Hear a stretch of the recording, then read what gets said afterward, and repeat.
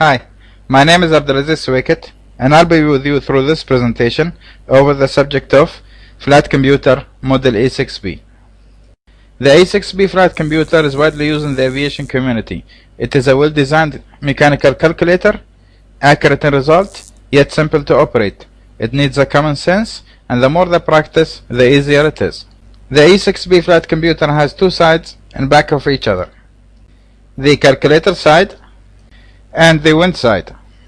In general, the calculator side is used for speed, time, distance calculation, fuel calculation, true airspeed calculation, off-course calculation, altitude calculation, general calculation, and unit conversion.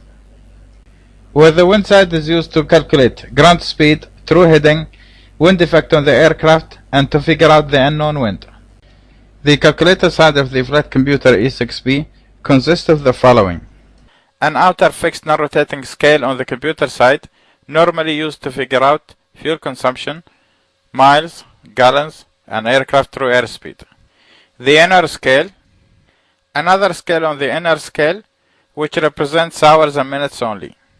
Three noticeable indexes are clearly marked on the calculator side. First one is a unit index in the shape of figure 10 on the outer non-rotating scale. Second one is another figure 10 unit index on the inner rotating scale. Third one is the speed index in the shape of triangular on the inner rotating scale pointing outward. Also, three windows could be seen on the inside rotating scale. First one is the true airspeed and density altitude window. Second is the density altitude window. Third is the altitude comparison window. Also on the outside, last but not least, a temperature conversion scale. Also, a printed unit of measurement could be seen on both scales, some with pointing arrows and some with no arrows.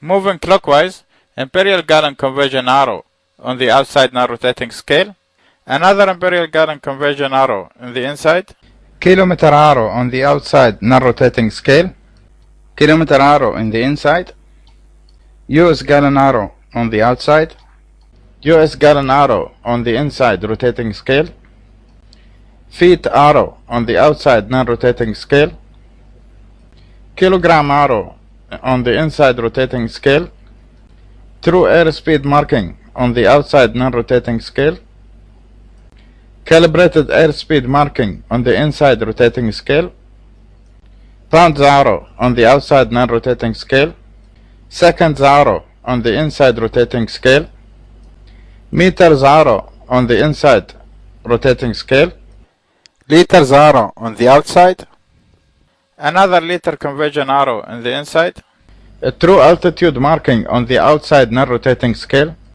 calibrated altitude marking on the inside rotating scale, fuel marking on the outside non-rotating scale, distance marking on the outside non-rotating scale next to two arrows representing nautical and statical miles.